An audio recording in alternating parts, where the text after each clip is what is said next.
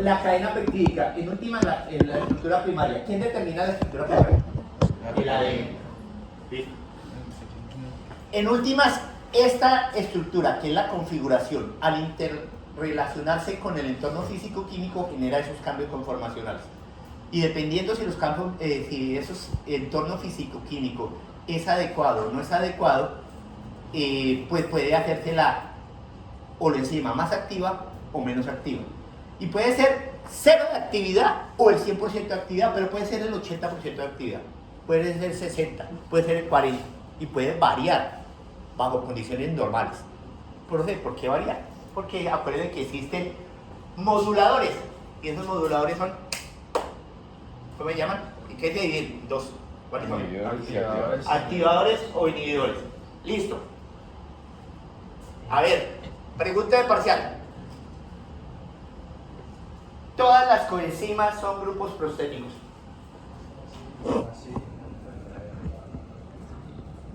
Última palabra.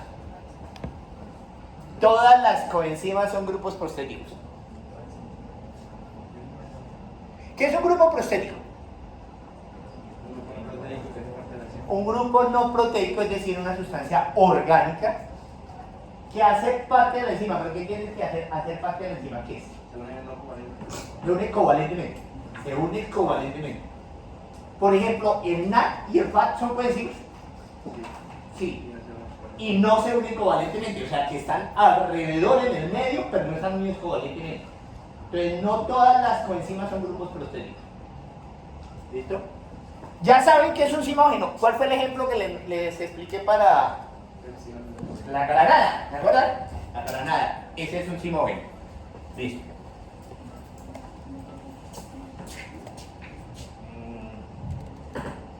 Entonces, esto sigue siendo, explica lo que es zimógeno, ya les expliqué que por qué se llama trixinógeno y cuando se activa se llama trixina y así sucesivamente.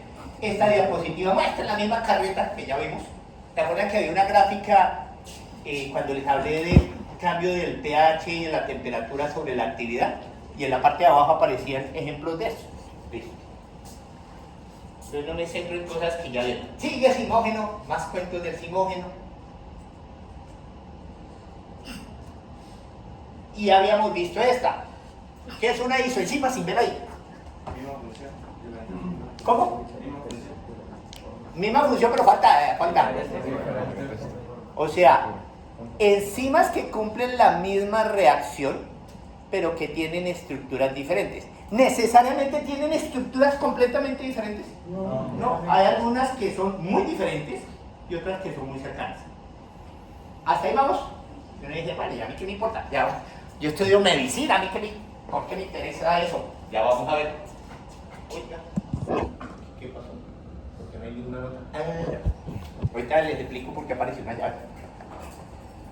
Ayer, algunos de sus compañeros y compañeras me acercaron, profe, que son todos juiciosos y que ya habían leído enzimas.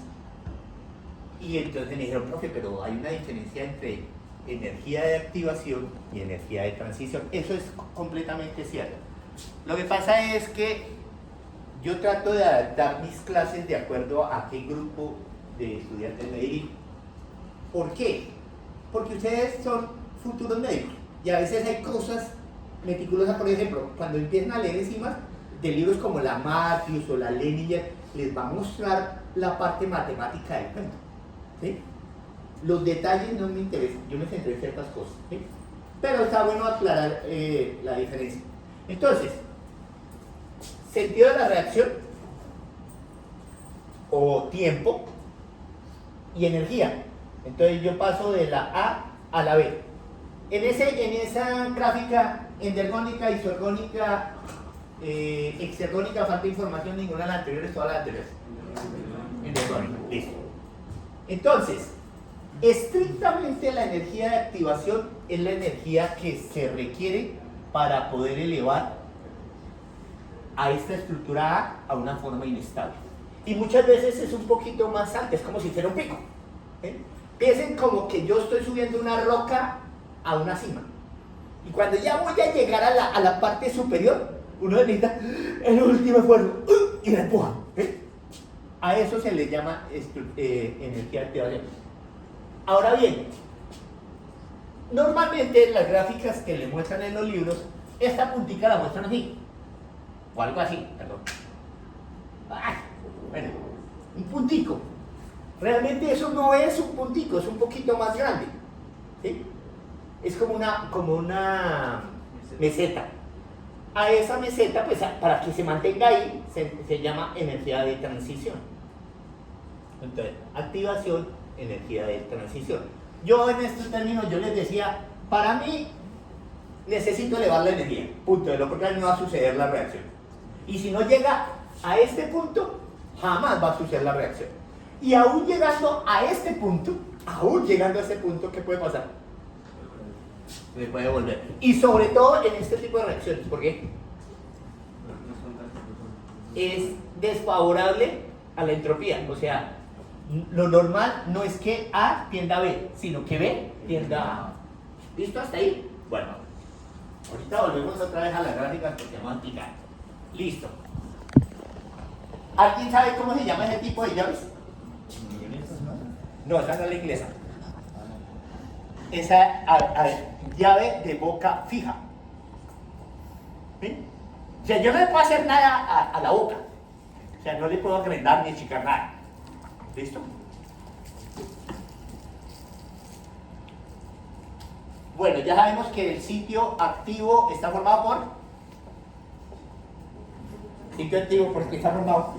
Fijación y catalítico. Listo. Entonces, lugar de la molécula enzimática al que se une el sustrato y donde se facilita la reacción. A menudo es una hendidura o un bolsillo situado en la superficie o alguien. Realmente el que está situado en la superficie es el sitio de fijación. El sitio catalítico está metido. Listo. En esa foto, ¿cuál creen que representaría el sitio activo? Esta parte. La parte donde entra. Aquí donde entra. ¿Qué sería lo que entra ahí? Se llama tuerca o tornillo, la cabecita. ¿Sí? Y entonces debe haber, ¿cómo es que yo dije? ¿Complementaridad de qué? De cargas y formas. Listo, hasta ahí vamos. Muy típica esta forma de las enzimas que llamamos micaelianas. Estructuralmente las enzimas micaelianas se caracterizan por tener estructura cuaternaria. No. Terciaria. O sea, dentro de la terciaria está la secundaria y primaria. ¿Eh? Que es muy difícil uno empieza como a separar. La primaria no tiene nada que ver con la secundaria. Si tiene terciaria, tiene la terciaria, inmersa está la secundaria, e inmersa obviamente está la primaria. Listo. Estas son las enzimas micaelianas. Listo. No les había mencionado que hay otro tipo de enzimas que tienen otro sitio diferente al sitio activo que se llama sitio alostérico. Alo significa otro. Estéreo, por eso cuando ustedes coloque el sonido en forma estéreo. Estéreo significa espacio. ¿Sí? Entonces, otro lugar espacial diferente al sitio activo. Y entonces, Una pregunta, ¿ese sitio alostérico es donde se regula la enzima? ella tiene regulación también. Pero ¿se acuerdan que yo les dije que podíamos dividir las enzimas en dos grandes grupos? Las micaelianas y las alostéricas. Las micaelianas tienen regulación, pero las alostéricas son tremendamente más regulables, pero violentamente más regulables. Y normalmente son las que llamamos y van a decirles, en la glucólisis, enzimas claves de la glucólisis, les van a decir la glucoquinasa, la fosfofructoquinasa 1, la fosfoquinasa 2 y la piruvatoquinasa. Esas normalmente, que son claves, son alostéricas. Las alostéricas tienen estructura cuaternaria. Y esto les muestro ahora este dibujito. Y ahora sí, ¿qué tipo de llave es esta? La que me dijeron. Inglesa. Los mecánicos la llaman la picoloro. Este sigue siendo el sitio activo. Y este sería el alostérico. Porque claro, yo puedo abrir o cerrar, modificar. Lo que pasa es que hay el dibujito es sencillo. Una enzima alostérica puede tener diferentes sitios alostéricos donde se unen diferentes cosas.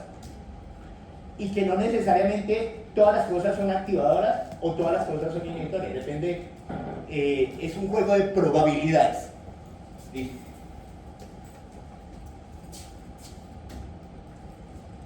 Esa enzima es micaeliana o alostérica. Ahí es alostérica, ¿pero por qué? Es lo mismo, en el eje X concentración de sustrato, en el eje Y velocidad o actividad enzimática.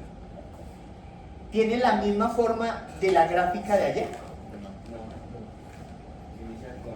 Acuérdense que la de gráfica de ayer tenía una forma de hipérbola. Esta tiene otra forma. A esa forma se le llama, en los libros les van a decir sigmoidal, como una serpiente. ¿Sí? Ya les explico una cosa, porque sucede que las enzimas alostéricas, uno podría decir así como el finado Hugo Chávez, las enzimas alostéricas cumplen el socialismo del siglo XXI. Ellas tienen cooperativismo, porque son estructuras cuaternales, cooperativismo. Yo te explico qué es eso. Y el cooperativismo genera una cosa que se llama sinergia. ¿Qué es sinergia? ¿Alguien sabe? Un conjunto. ¿Cómo tiene que Actúan como al mismo tiempo, como que van. No, digamos en forma, digamos, sinergia podríamos decirlo, digamos, en términos matemáticos, 1 más 1 no es 2, es más que 2. Traducción en términos de lenguaje de estudiante. Cuando nosotros les mandamos a hacer un trabajo en equipo, ¿qué es lo que pretendemos? Que el equipo en conjunto trabaje y cada uno aporte sus competencias de tal manera que el resultado final sea mucho más grande, mucho mejor que el trabajo individual. ¿Qué entienden ustedes por trabajo en equipo? Son 10 preguntas, entonces tú haces la 1, la 2, tú haces la 3 y la 4, la 5, tú lo recoges, lo pegas y se lo llevas. Y ya, trabajamos en equipo. Eso no es. Entonces la sinergia es que el trabajo colectivo genera un mayor resultado que el trabajo individual. Ya les explico eso con las grafiquitas. Pero entonces, acuérdense, sigmoidal. Miren que a mano izquierda de la gráfica dice, la enzima está muy ineficiente. Y por encima, listo. Acuérdense de eso. Vamos a mostrar esta gráfica y vamos a empezar a conectar todo. ¿Cuál? Vamos otra vez al tablero. ¿Qué era el KM? Ay, la mitad de la velocidad máxima, falta información. La concentración en la que se alcanza la mitad de la velocidad máxima. Listo. ¿Y eso qué tiene que ver con la funcionalidad de la enzima? La afinidad. ¿Es directa o inversamente proporcional a la inversa? Listo. Bueno, acuérdense de eso. Esa gráfica, que de hecho me quedó como medio fea ya, la voy a volver a hacer acá más bonita. Entonces, vamos a primero a ejemplificarla en una reacción que normalmente en todos los libros se la muestran. ¿Quién es este? La sigla. ¡Ay, lo rayé! Glucosa. Glucosa. La primera reacción que le sucede a la glucosa cuando entra a una célula, no cuando entra al organismo, cuando entra a una célula, entonces en presencia de ATP, lo primero que le va a pasar es fosforilarla. ¿Por qué? Para sacarle la energía. Aumentar la energía, sí. ¿Y qué más?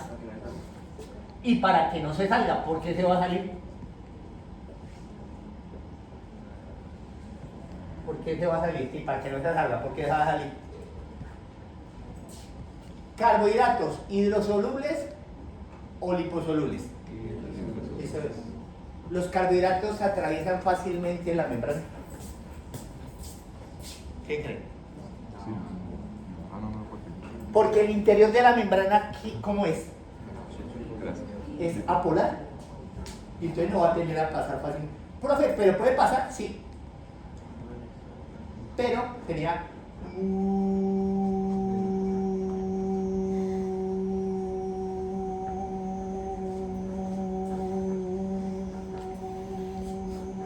muy lento. Si están despachados un día de estos, hagan pasta. Pero que les quede sueltica la pasta, ¿cierto? Y colocan albóndigas en la parte superior de la pasta, albóndigas de carne, la parte superior. La idea es que las albóndigas lleguen al fondo del plato. Oye, pues cojo un tenedor. No. Haga esto. Por eso le digo despachado, ¿no? Y empieza a moverlo. Claro, por pura difusión, esa albóndiga, tarde que temprano, pues puede ser 2 meses después, va a llegar al fondo del plato por movimiento. ¿A qué representa eso? Eso es difusión simple. Profe, ¿los carbohidratos pueden atravesar la membrana por difusión simple? Sí, pero muy lento. No es compatible con la velocidad con que sucede la vida. Entonces, ¿qué hacemos? Acelerarlo. ¿Qué debe haber para que algo que sea hidrosoluble atraviese más fácilmente la membrana? Proteínas. Proteínas, ya. Y esas proteínas se llaman translocasas porque translocan de una localidad a la otra. Y entonces, en el caso de los carbohidratos, se llaman GLUT. Y entonces hay como 16 tipos de GLUT diferentes. Parece que Gerardo es el que les va a dar eso, de carbohidratos, ya les va a mencionar. Y les va a mencionar una trascendental que no se le olvide. La GLUT4. ¿Profe, por qué la GLUT4? Porque está en el músculo. ¿Y qué pasa que está en el músculo?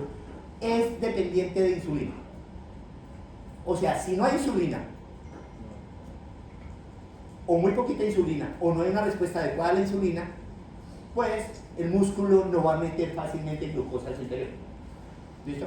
Entonces por eso necesito fosforilarlo, porque es que sucede que las translocasas entran de manera bidireccional los carbohidratos. O sea, como que pueden entrarlos, pero también lo pueden sacar. Si yo le pego el fosfato, ya quedó bloqueado. ¿Hasta ahí vamos? Pero realmente aquí están sucediendo 2 reacciones al tiempo. No, una, 2. Entonces, ¿cuál? La glucosa se convierte en glucosa 6-fosfato, aumentando la energía. O sea, ¿qué tipo de reacción es? Endergónica. El delta G, positivo, negativo, ninguna de las anteriores, falta información, ayuda al público. Positivo. Y la otra reacción que está sucediendo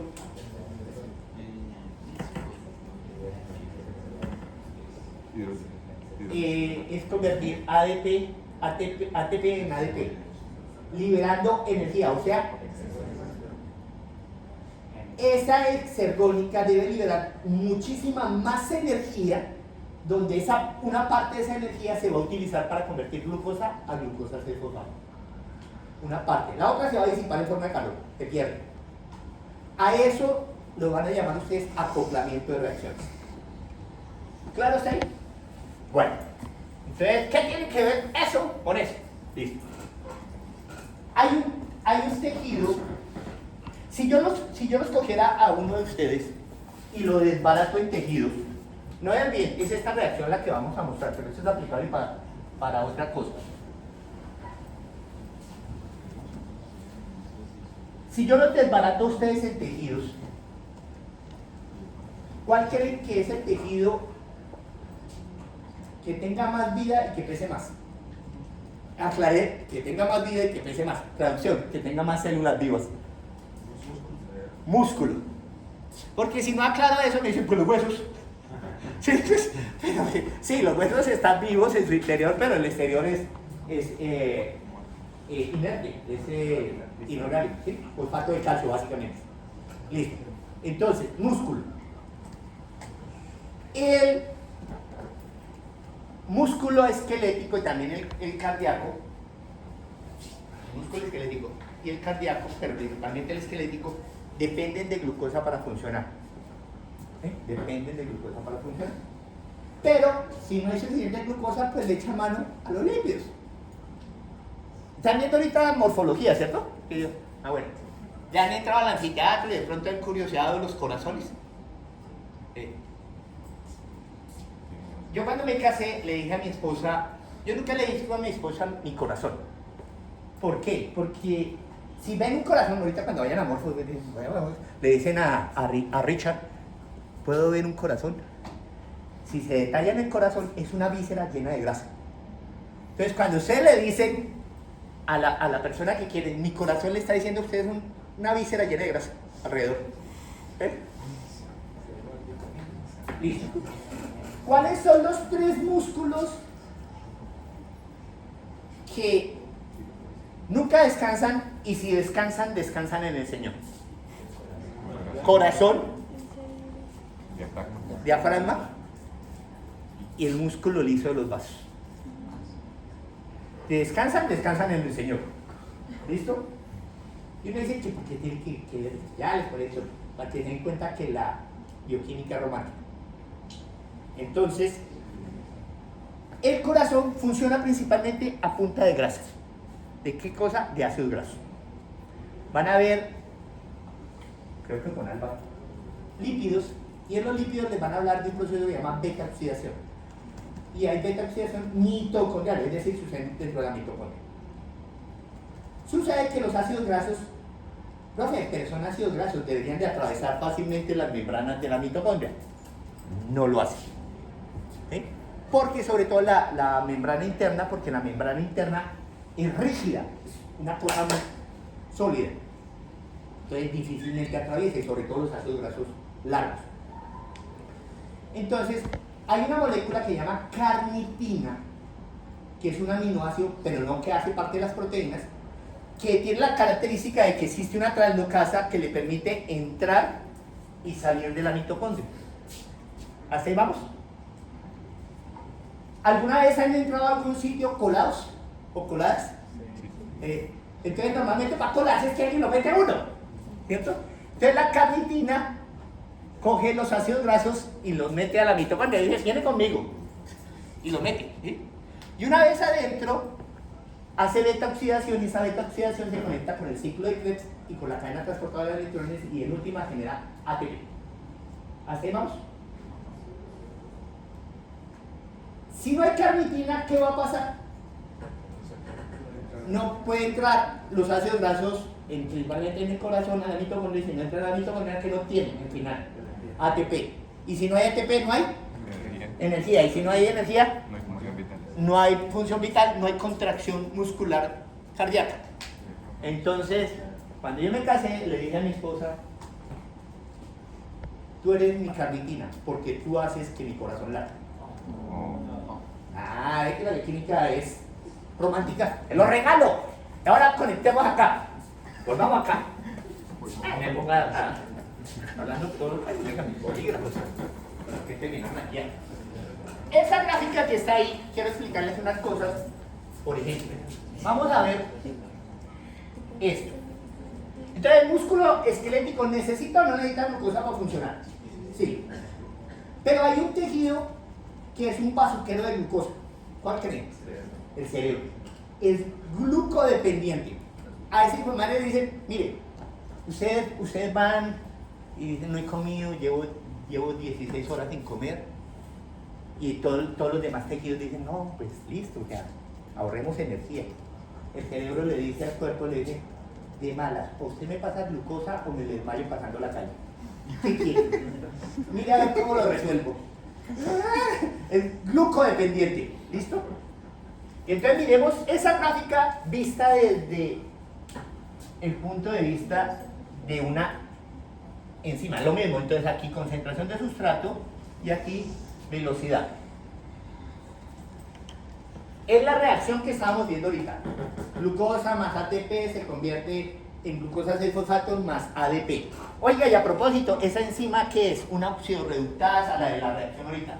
Una ligasa, ¿una qué? Una transferasa, transfiere grupo fosfato. Las transferasas que transfieren grupo fosfato se llaman quinasas o cuinasas con K o sinasas. Es la misma joda. Y las enzimas que quitan fosfatos, adivinen cómo se llama, que los bioquímicos son súper inteligentes, fosfatasas.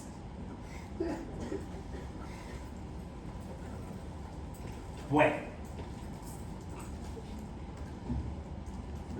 Llevo 16 horas sin comer. ¿Cómo? ¿Qué va a pasar con la glicemia?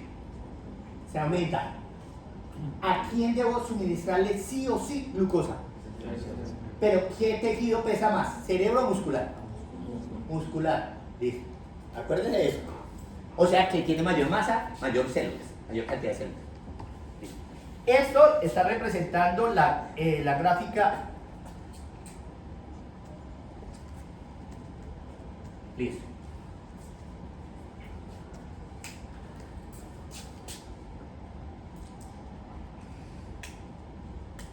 ¿Cuál de las dos gráficas representa la enzima que convierte glucosa en glucosa 6-fosfato en el cerebro? ¿La roja o la negra? La negra, ¿por qué? Pero la velocidad termina siendo la misma. La velocidad máxima termina siendo la misma. Lo que pasa es que la roja la alcanza mucho después. ¿Cómo? ¿Cómo sabes eso? Tiene mayor afinidad por el sustrato. Entonces miremos. Entonces, velocidad máxima.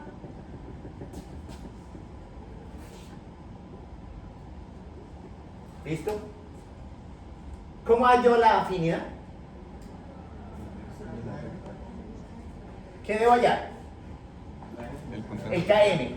Y entonces, como por acá es la mitad. Velocidad máxima, la mitad.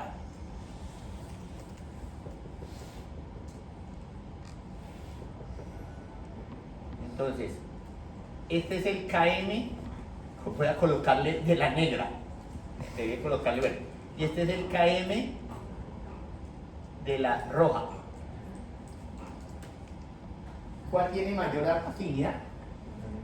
La negra, la raya negra. ¿Cuál está en el cerebro? ¿La roja o la negra? La negra. ¿Qué les estoy mostrando? Una aplicabilidad de la cinética de enzimas, pero relacionada con el concepto de isoenzimas. Catalizan la misma reacción, pero responden fisiológicamente de manera diferente. Y es importante porque si no, ¿qué pasaría si el músculo tuviera la misma negra? Apenas usted comió algo, se subió la glicemia y se lo chupó todo el músculo y dejó al cerebro mamando. Y se le desmayó pasando la calle. Ya, ¿sí? Señor. ¿La afinidad no es inversa al KM? Claro, pero mira. KM de la negra. Pongámosle un número. Pongámosle que esto es 2 y que esto es 4. ¿Cierto? Entonces, ¿quién tiene el KM más pequeño? Este. Pero como es inversa a la afinidad, es más afín. Y ahorita vamos a ver un problemita. ¿Qué pasa? Que fue lo que me mencionaste al final, ayer. ¿Qué es lo que pasa si es demasiado afín? Se pega más. Y si se pega más, ¿cuál es el problema? Dura más tiempo, en vez de, en el ejemplo que hablábamos ayer de los estudiantes, en vez de durar 6 años para convertirse en médico, dura 8, 10 años para convertirse en médico, ¿sí? Entonces dice, pero se convirtió, pero se demoró más. Y entonces si se prolonga más el tiempo de unión del sustrato con la enzima, formando el complejo enzima-sustrato, pues se demora más en quedar libre, y si se demora más en quedar libre, pues hay menos probabilidad de que exista otro sustrato que se una y que forme otro producto. En ese sentido, demasiada afinidad no es buena, poca afinidad tampoco. Pero eso va a responder de acuerdo a las condiciones fisiológicas y en últimas, las condiciones fisiológicas que son el entorno físico-químico. ¿Hasta ahí vamos? ¿Hablado hasta ahí? Bueno, esa gráfica es esa. Pero que me ha mostrado más bonito. Miremos una cosita. Volvamos otra vez con las enzimas alostéricas. La chica roja no era una alostérica. Pues es que lo podemos relacionar y vamos a explicar eso. Voy a explicar acá con eso. Si ayer con las ecuaciones esas de Michaelis Mender, la conversión lineal de Lindenauer-Burg, y hay otra que es no le paro tantas bolas, que es también lineal pero con pendiente negativa, uno dice, uy, pero esos números, sucede que las ondas estéricas tienen un problema matemático mucho más complejo, que no importa, si se ponen a mirar eso, lo resuelven con una vaina que llaman ecuaciones diferenciales. ¿Sí? No importa, ustedes estudian medicina. ¿Sí? ¿Y cómo lo resuelven? Eso se llama la ecuación de Hill. No importa si les aparece, ya saben, es con las alostéricas. Entonces volvamos acá. La estructura de las... Entonces volvemos. Tiempo o sentido de la reacción y velocidad.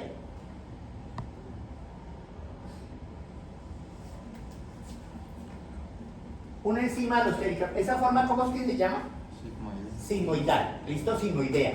Listo. ¿Qué tipo de característica estructural tiene? Cuaternaria. Es decir, formada por varios péptidos.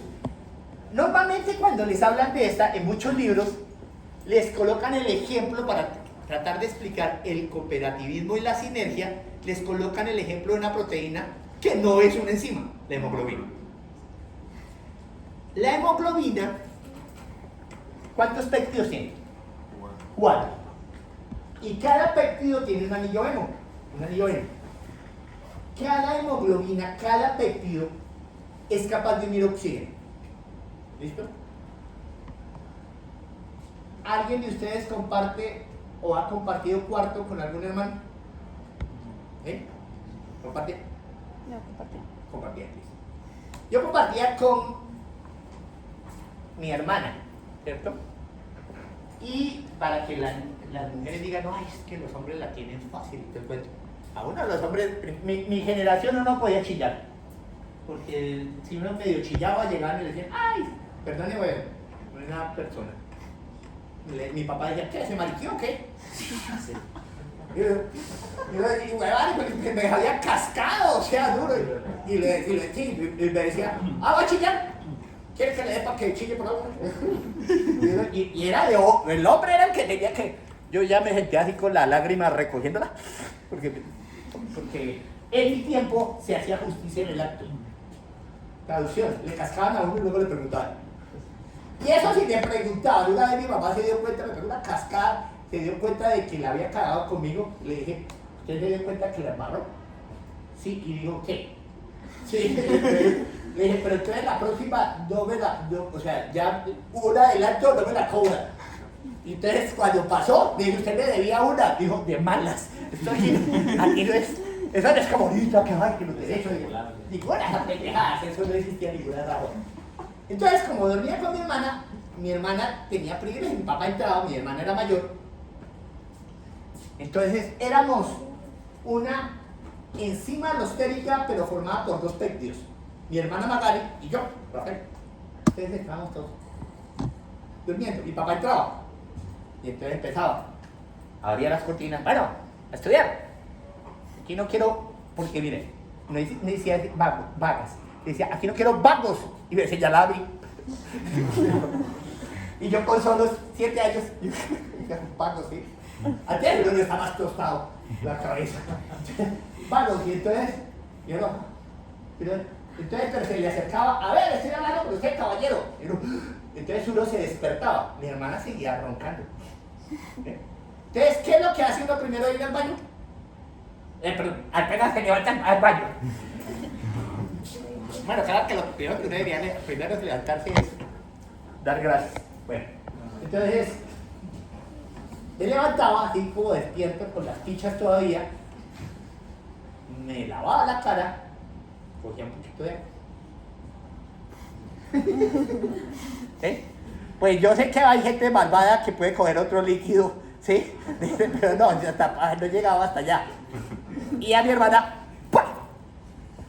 Porque si yo me había activado, ¿por qué carajos ella no se había activado? O sea, que mi activación facilitaba la activación de ella. ¿Claro está ahí? Entonces, en ese sentido había cooperativa. Yo era un cooperativista con mi hermano. Para que yo llegara tarde, yo cooperaba para que ella se despertara. Pero ¿por qué puede haber cooperación? Porque hay péptidos, en este caso 2 personas, que una colabora a la otra. Ese es el trabajo de una pareja, ese es el trabajo de un amigo, que las 2 personas crezcan. Futurízate con sus. Listo. Póngale cuidado. Entonces, ¿qué pasa en este pedacito de la gráfica? Agrego sustrato. ¿Cambia la velocidad significativamente? No. Agrego sustrato. ¿Cambia la velocidad significativamente? No. Y así pasa al principio. O sea, están como inactivas, como dormidas. Apenas se activa un péptido, ¿qué hace automáticamente? Facilita la activación de los siguientes. Y entonces, en el caso de la hemoglobina, un péptido de la hemoglobina es capaz de recibir oxígeno porque hay un cambio conformacional. Cuando él se activa, activa al otro. Los 2 facilitan la activación del tercero y los 3 facilitan la activación del cuarto. ¿Sí? A eso se le llama cooperativismo. Profe, ¿y a qué hace lo de la sinergia? Vuelve y juega. Cada péptido es capaz, en el caso de la hemoglobina, de recibir oxígeno. Pero el trabajo mancomunado de los 4 hace que con menor presión de oxígeno sean capaces de reaccionar, es decir, de adherir oxígeno. O de reaccionar. ¿Listo? Entonces, mire, con pequeños cambios acá hay activación. Pero ¿qué va a pasar aquí? Se satura. ¿Listo? ¿Se acuerdan que en la gráfica anterior aparecía algo que decía aquí en inglés? Claro, Muy miren, ineficiente. ineficiente. Y aquí, Muy eficiente. muy eficiente. Hasta llegar hasta acá. ¿Claro está ahí? Bueno, pero vamos a mirar una cosa que tienen las enzimas alusteristas, que tienen una chimba. Puede ser que es una retroalimentación positiva. Puede ser positivo o negativo. Puede ser, o sea, lo pueden ver como una retroalimentación, como cuando ustedes se han retroalimentado ustedes mismos. Cuando uno dice, sí, puedo, y pues pucha, no, una cara esto grande, y pues madre, sí, puedo, sí, Ballester es una cara grande. No me digan a Ballester.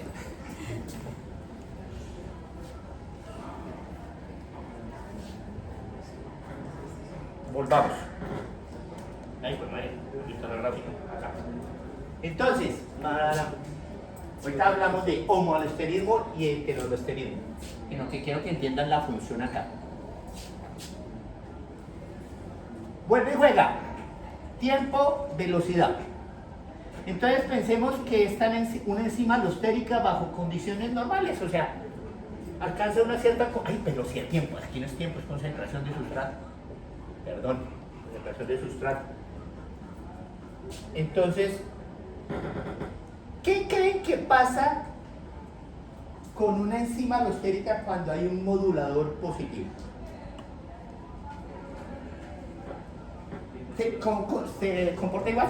Aquí sin modulador, es la enzima simplemente reaccionando porque cambia la concentración de sustrato.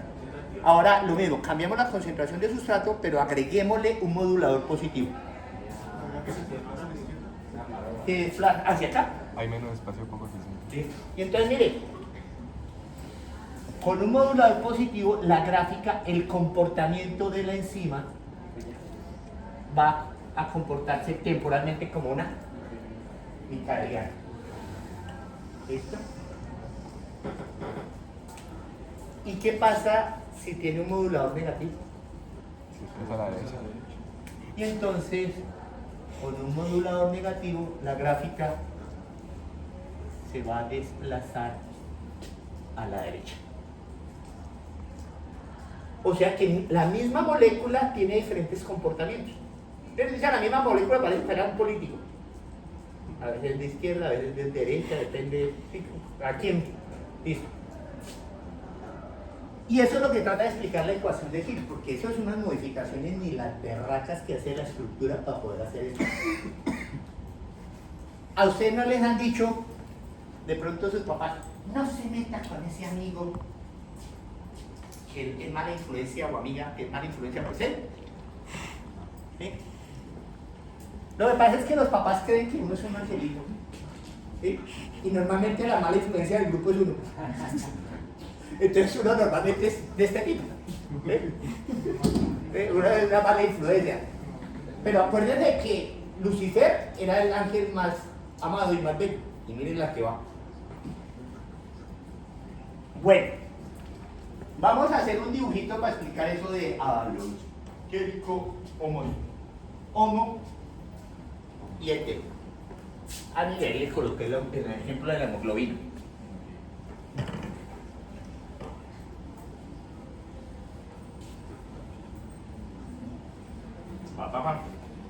Entonces, el típico dibujo que hacen siempre cuando hacen una enzima.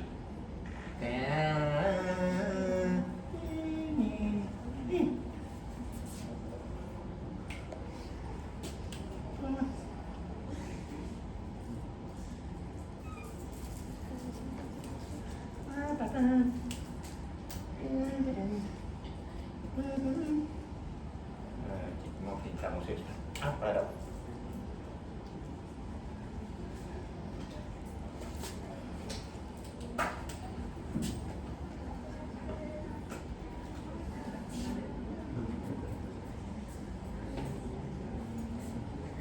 Sustrato. ¿Cuál de estos 4 puntos o lugares es el sitio activo? Arriba a la derecha. Listo. ¿Y esto qué representa? Sitios alostéricos. Sucede que eso va a depender la enzima. El sitio alostérico no necesariamente puede que la molécula que se una acá active la enzima, la que se una acá la inhiba y la que se una acá la active. ¿Listo? A veces el sitio activo está bloqueado, tapado. Entonces piensen que aquí hay una capucha. Entonces pues sí está el sustrato, pero no se puede adherir. Pero entonces pensemos que en hacer los hago de qué color. Pues hagámoslo azul. Ay, pues madre, me maché. Acá. Me maché. Listo. Este no es este sitio, este es el activo. Este es otro sitio que se llama sitio alostérico homoalosterismo. Traducción.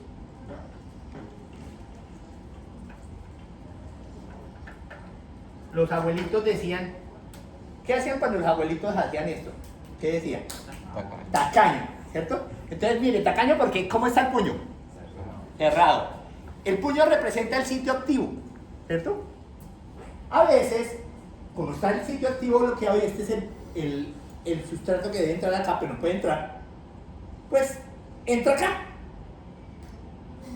Y cuando entra acá, ¿qué va a hacer? Va a abrir. Entonces aquí, cuando se pega esto acá, pues queda abierto para que se pueda dar la reacción. ¿Sí? Eso no es aplicable para todas las enzimas alostéricas, algunas tienen la característica. Heteroalosterismo.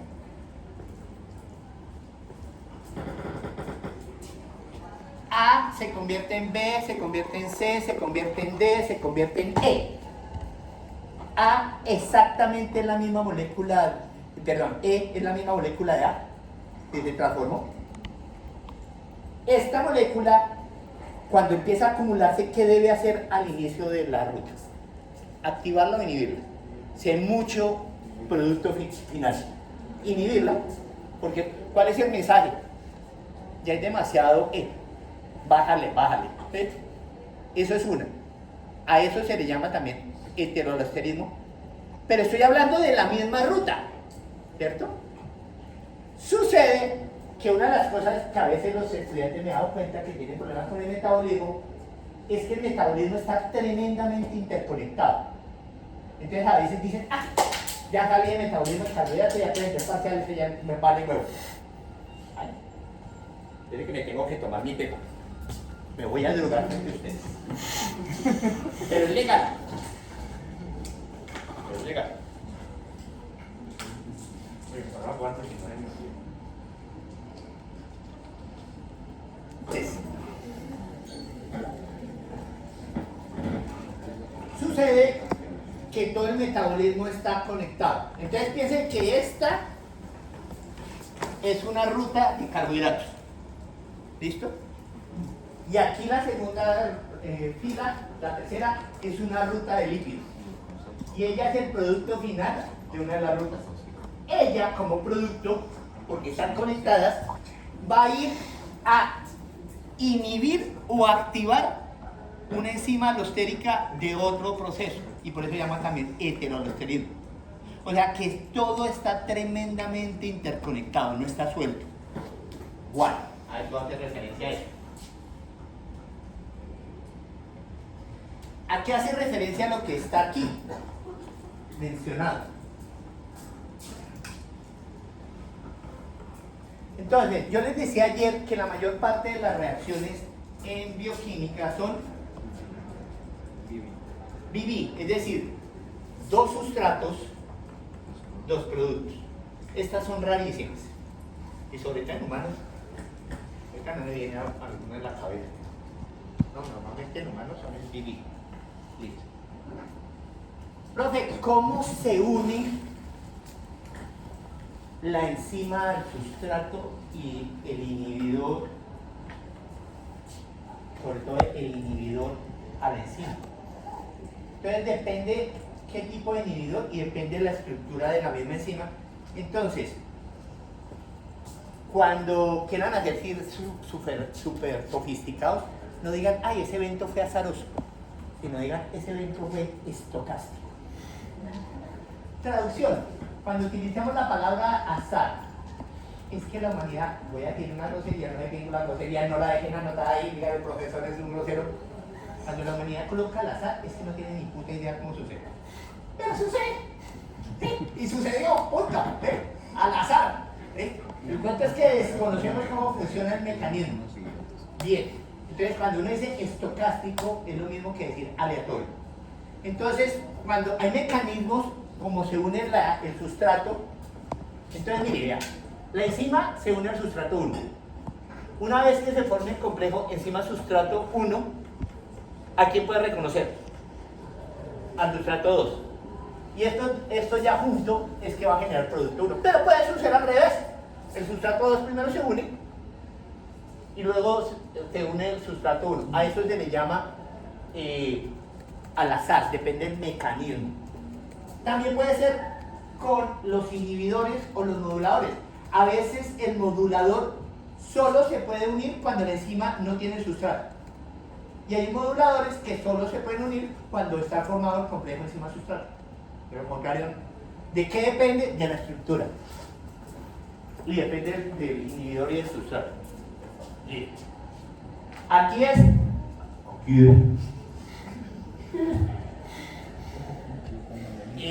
Ordenada, estocástica. Aquí es ordenada. Como su nombre lo indica, primero debe entrar un sustrato, luego se puede reconocer el otro sustrato. Profe, y si entran dos, no hay reacción. Bailes, sí, bailes. Listo. Wow. Profe, y eso de ping-pong, ¿qué traducen ahí con ping-pong? Según ese dibujito. Entonces, se une la enzima al sustrato, forma el complejo enzima-sustrato y sale el producto. ¿Algo le pasó a la enzima temporalmente? Sufrió una modificación. Esa modificación temporal de la enzima le permite reconocer el sustrato 2.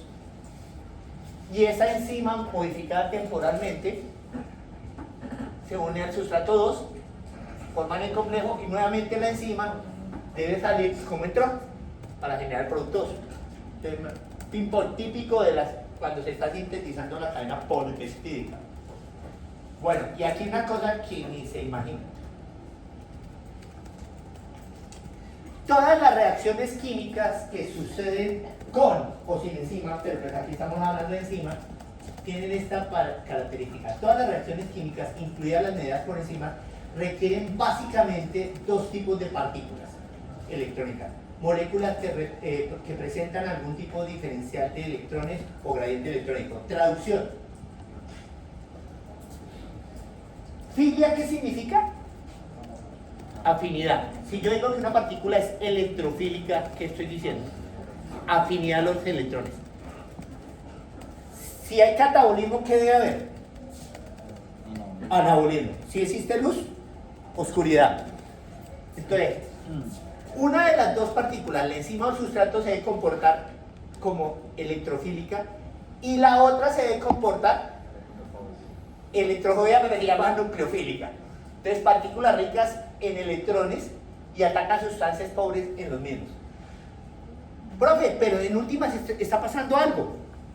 La enzima o está perdiendo electrones o está ganando electrones. Y si gana o pierde electrones, ¿sigue siendo la misma enzima? No sigue siendo la misma enzima porque si gana o pierde electrones, se modificó. ¿Y la enzima debe salir modificada en la reacción? No. Entonces, si pierde electrones, ¿quién me va a dar los electrones que perdí? Dice la enzima. El chapulín colorado. ¿Y cómo se llama el chapulín colorado? Agua. Y perdió. Y si ganó electrones, ¿a quién le va a dar ese exceso de electrones? Al agua. Por eso el agua es el solvente universal y sin eso no existe vida en este berraco planeta. Como que es bueno conservar el agua, no. Bueno. Y acá nos vamos con el inicio de la farmacología. Había por allá unos científicos, no todos eran médicos, habían químicos, habían físicos, habían biólogos, antes de la Primera Guerra Mundial. Tristemente, después de la Primera Guerra Mundial, durante la Primera Guerra Mundial y la Primera Guerra Mundial y la Segunda, las guerras han servido para aprender muchas cosas, lamentablemente. ¿Sí? Lo que hicieron los nazis con los judíos, pues allá les inyectaron vainas y jodas y... Bueno, la humanidad es la recagada. Entonces, ya sabemos que hay moduladores positivos y hay moduladores negativos. La farmacología nace porque lo primero que se estudió era una sustancia que inhibía la función de una enzima. Y vuelvo a aclarar, inhibir no significa que apague completamente, eso depende del inhibidor. Disminuye la velocidad estándar. Entonces voy a colocar inhibidor acá.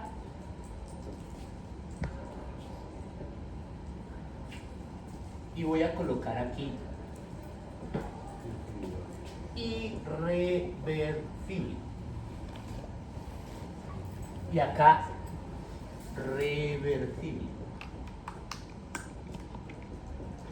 ¿Qué significa cuando aparecen en los escritos SPP? Entre especies. Entonces, irreversible, muy típico, porque en últimas la vida se ha basado en una competencia química entre organismos vivos. ¿Quién subsiste? Digamos, en la pandemia, ¿era la lucha entre quién? Entre jóvenes y ancianos, no, entre especies. Vale, entre el COVID y el humano. Claro, murieron, y pues si alguno de ustedes perdió algún familiar, pues lo siento, murieron millones, no tantos como nos lo quisieron vender, porque eso también era una manipulación social que nos hicieron y ya demostraron que nos podían controlar. Y entonces la gente decía, ay, murió tantos millones, pero ¿quién se puso a pensar cuántos trillones de partículas virales murieron? Muchos. Es una competencia química. Entonces pensemos en esto. Ustedes han jugado, bueno, no sé, como ya no hay tantas casas, ¿Han jugado Tintín corre? Yo cuando era niño, ya era el gordito del grupo. Y normalmente me he juntado con unos gañanes. Y entonces, el gañán en mi universidad se llamaba Mar, pero el gañán en el colegio se llamaba Carlos. Y entonces yo iba así todo feliz, saliendo del colegio. Y entonces, cuando decía, ¡corra, Zamora, corra! Yo, ¿qué pasó? ¡Timbramos, timbramos! Claro, en ese tiempo había los perros. Y los perros sí se hacían palmo, ahorita unos chandosos, uno ve un pitbull. Antes uno estaba con el solo pitbull, uno mire, idiota perro, unos los cargan, pobrecitos, los ponen a pasear porque está deprimido. El perro no se deprime. El perro se lambe sus cositas y ya le pasó la depresión. Es que está aburrido. El perro no se aburre. Los gatos esos que los meten en esas cajas, digo, no, estamos muy tostados, pobres gatos. Pero yo soy animalista, yo protejo los animales, metidos en unas berracas, pobre gato. Yo a veces miro esos animales y yo siento que me dicen, mátenme. Y no si tienen perros y gatos, de verdad, sean conscientes con lo que hacen con los... ¿Sí? Bueno, ¿a qué va? Sucede que el hijo de madre Carlos pegaba el chicle al timbre. ¿Y qué pasa con el timbre si no hay nadie que le quite el chicle? Se quema, o sea, se jodió. Así. Entonces les voy a colocar un ejemplo de una lucha entre especies. Algunos venenos de serpientes, no todos, que eso depende del tipo de veneno, tienen una sustancia que inhibe una enzima que se llama acetilcolinesterasa. ¿Qué hace la acetilcolinesterasa? Coge acetilcolina y lo degrada en acetil y en colina. Separado. Acetil más colina. ¿Listo? ¿Para qué sirve el acetilcolina? Es el neurotransmisor de la placa neuromotora, traducción. Es el que se libera y se une al músculo para decirle contraigas. Entonces, esta cosa se une a un receptor en el músculo, y qué bonito, a que le contraiga. ¿Listo? Ustedes en la cabeza piensan siempre cuando se unen las cosas es que se unió así. Y ya, no, él se une, se separa y como aquí hay otra acetilcolina, se une. Se separa. ¿Quién trabaja en eso? ¿Listo? Pero para que esto no vuelva a suceder, ¿qué debe pasar? Al separarse, llega la acetilcolinesterasa y degrada. Y lo degrada y libera acetil y colina. Es decir, que esto ya no puede suceder. Y si no sucede esto, y entra el músculo, que ya no va a ser el músculo. Contracción. Pero ¿qué pasa si una serpiente que tenía hambre y vio un ratoncito, dijo, ¡ay, qué rico! De desayuno. ¿Listo? Le pica, ¡pum! Y tiene un inhibidor que inhibe la acetilcolinesterasa. Esto está bloqueado. ¿Esto funciona de manera adecuada? No. Esto queda mucho más tiempo acá. Contraído. ¿Cierto? Ese era lo que hacía Carlos a pegar el chicle. Y ya quedó pegado el chicle. Y entonces cuando uno ve, antes eran canales chéveres, National Geographic, uno veía al pobre ratoncito así todo tieso, que lo estaba tragando vivo. Y ahí uno veía, porque, ¿qué se llama? Extravasación, no, extravasación es otro.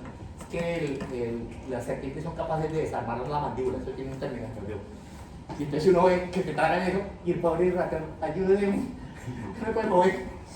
¿Listo? Eso es entre especies. Evolutivamente, la serpiente necesita comer. ¿Listo? Pero también hay unos mecanismos, esto es entre especies, normalmente. Y pues también lo hemos utilizado para hacer armitas químicas, ¿sí? Que las tienen por ahí guardaditas entre ellos, los gringos y los rusos, y cuando se les saque el seguro, el chip de seguridad, de pronto las terminan botando y vainas ahí todas locas. Dios mío. Bueno, ustedes saben lo que hicieron en la Primera Guerra Mundial, no tuvieron ningún problema de esparcir. La Primera Guerra Mundial es llamada la Guerra de los Químicos. ¿Por qué? Porque echaron todos los químicos habidos y por haber. Y entonces botaban, por ejemplo, mostaza o botaban cloro desde arriba, y el cloro lloviendo se convierte en ácido clorhídrico y caía sobre los otros. Imaginen quemándose con ácido clorhídrico. No, y somos que la especie más inteligente, inteligente, Dios mío. Yo creo, como le digo a mi mejor amigo que es adventista, le digo, Dios nos creó, y yo de papá, yo digo, yo por allá vuelvo cuando vaya a acabar esa vaina, porque a mí me da pena decir que esos son hijos míos. Entonces, lo reversible sucede, como estábamos mencionando, a veces el organismo internamente tiene que decir baje la producción o aumentela. En este caso, como estamos hablando de inhibidores, entonces los inhibidores reversibles se dividen en dos grandes grupos, o en tres a veces aparecen. Competitivos. Y como su nombre le indica, compite. ¿Quién compite? El inhibidor con el sustrato. Y entonces vamos a colocar el ejemplo que normalmente colocan siempre.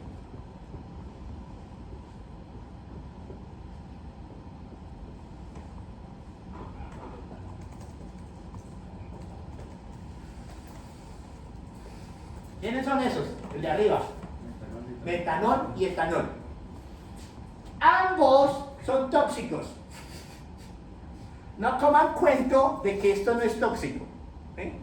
Esto es tóxico. Lo que pasa es que este es más agresivo. En nuestro cuerpo tenemos unas enzimas, químicamente se parecen. Tenemos una enzima que se llama alcohol deshidrogenasa. Alcohol deshidrogenasa. Si es una deshidrogenasa, ¿qué tipo de enzima es? Ligasa, diasa, oxidorreductasa. Entonces, un alcohol, si pierde hidrógeno, ¿se oxida o se reduce? Está perdiendo hidrógeno. Se oxida. Un alcohol, cuando se oxida, ¿en qué se convierte? En aldehído. Y entonces, este personaje se convierte en su aldehído. ¿Cómo se llama su aldehído? Etanol. Más conocido como, más llamado, formol. Y este se llama metanal y este se llama etanal. ¿Listo? ¿Para qué se utiliza el formol? ¿Pero por qué conserva los cadáveres? Porque el formol se une, ¿se acuerdan que las proteínas tienen un extremo N terminal? El formol se une al extremo N terminal de las proteínas. Y si se une, las proteasas no son capaces de degradar. Entonces degrada proteínas, por eso lo conservan. Pero tiene otra particularidad, no se une solo a los cadáveres, proteínas de cadáver. Se puede unir a las proteínas de su retina. Y entonces se queda ciego. ¿Eh? O se pueden unir a las proteínas de su hígado y se muere. Entonces, ¿qué hacen los médicos cuando llega una persona intoxicada con metanol? Ponerle etanol para poder competir con la alcohol deshidrogenasa. ¿Por qué compiten? Por el sitio activo, porque químicamente se parecen. Y si yo compito por el sitio activo, estoy compitiendo en últimas por la afinidad. ¿Y qué cosa de la cinética de enzimas tiene que ver con la afinidad? Constante catalítica, KM, constante de eficiencia, ninguna de las anteriores, todas las anteriores, velocidad máxima, KM. Entonces aquí se altera el KM. Aquí se modifica el KM. Aumentando o disminuyendo. Ahorita lo vamos a resolver. ¿Listo? Si hay una competitivo, ¿qué debe haber? No completo. No competitiva.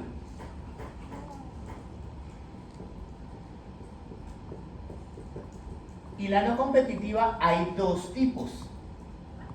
Ojo, una misma enzima puede tener diferentes tipos de inhibidores. La no competitiva, entonces encontramos la mixta y la pura. Mixta y pura. La mixta, como su nombre lo indica, se modifican dos cosas. Se modifica Km y se modifica velocidad máxima. Si es un inhibidor, ¿qué debe pasar con la velocidad máxima? ¿Aumentar o disminuir? Ese es un inhibidor. Disminuir. Y en la pura, solo se modifica la velocidad máxima. Ahorita vamos a mostrar unas gráficas ahí. Sucede que en algunos libros a veces relacionan una tercera. En otros libros lo separan. ¿Por qué lo separan? Ya les explico. Una que llaman acompetitiva. Acompetitiva.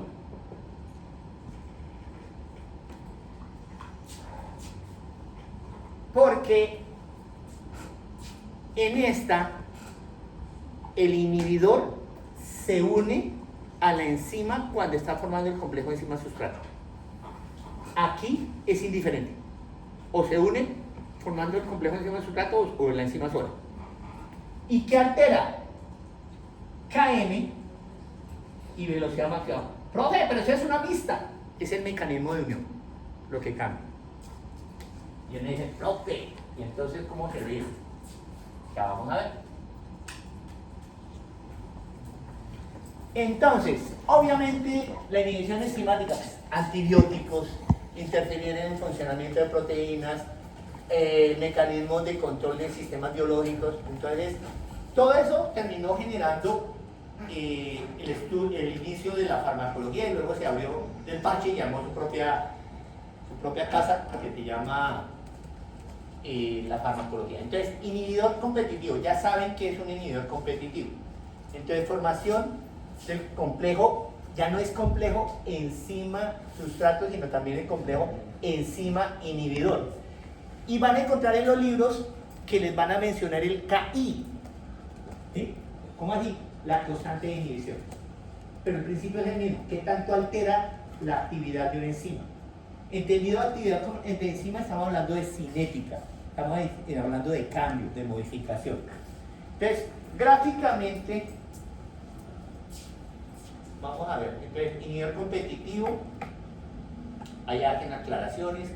Les colocan un ejemplo, similar a lo que les mencioné, sustrato e inhibidor químicamente se parecen, pero están compitiendo por el sitio activo. Póngale cuidado a esta gráfica. La gráfica verde, aquí hay alguien daltónico, porque no, de verdad, ya 2 veces me pasó en otro lado donde trabajaba. Dile, profe, es que no entendí. Yo le digo, pero ¿por qué no hablo? Es que me da pena. Yo le digo, pero ¿por qué? Es que usted menciona aquí está el verde, aquí está el rojo. Yo no los distingo. ¿Es daltónico? Me digo, sí. Ok. Sí. Pero bueno, entonces, la gráfica, bueno, esta gráfica es la de Michael Mender o la de Neubauer-Burr. O sea, el doble recíproco. Van a hacer una tarea que te las voy a pedir, la van a hacer manual, o sea, manito. No tienen que ser exactas. Cuando tengamos, si no me falla la memoria, tenemos el laboratorio de enzimas, o sea, el laboratorio conmigo. Ustedes van a traer las grafiquitas, pero, o sea, esas gráficas que están en línea de Neubauer-Burr las van a convertir en Michael Mender. ¿Cómo se vería visualmente? No necesitan ser preciso porque yo no estoy colocando datos, simplemente cómo se vería. Entonces, pónganle cuidado. La verde representa la enzima sola con el sustrato. Nada más.